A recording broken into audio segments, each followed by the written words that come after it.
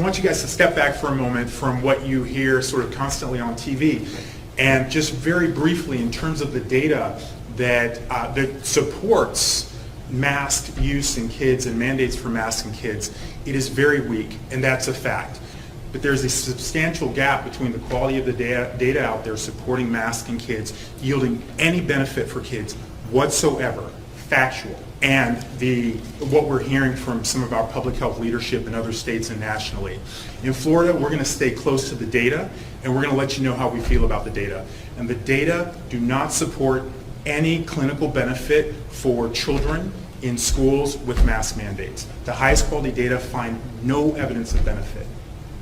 And we're going to stick with that because that's what the data show.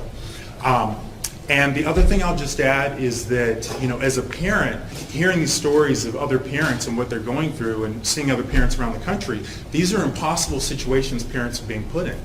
Putting a mask, something on the face of your child, that's a parent's decision. It's not a school's decision. It's not a school board's decision. It's not a governor's decision.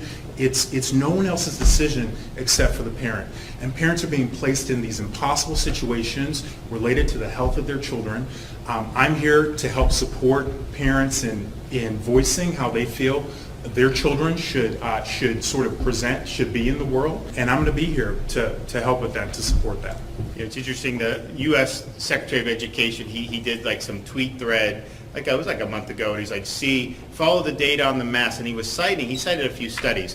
He cited one study from North Carolina which said forced masking of kids work, but it had no control group because that was required in every school. So they just said it worked without comparing it against what if you didn't do that, and people pointed that out immediately. Then he cited a study from the university or from Wisconsin about it, and the researcher who did the study immediately responded to the tweet and said, we found no conclusive evidence on the forced masking, and basically said that you should not use my study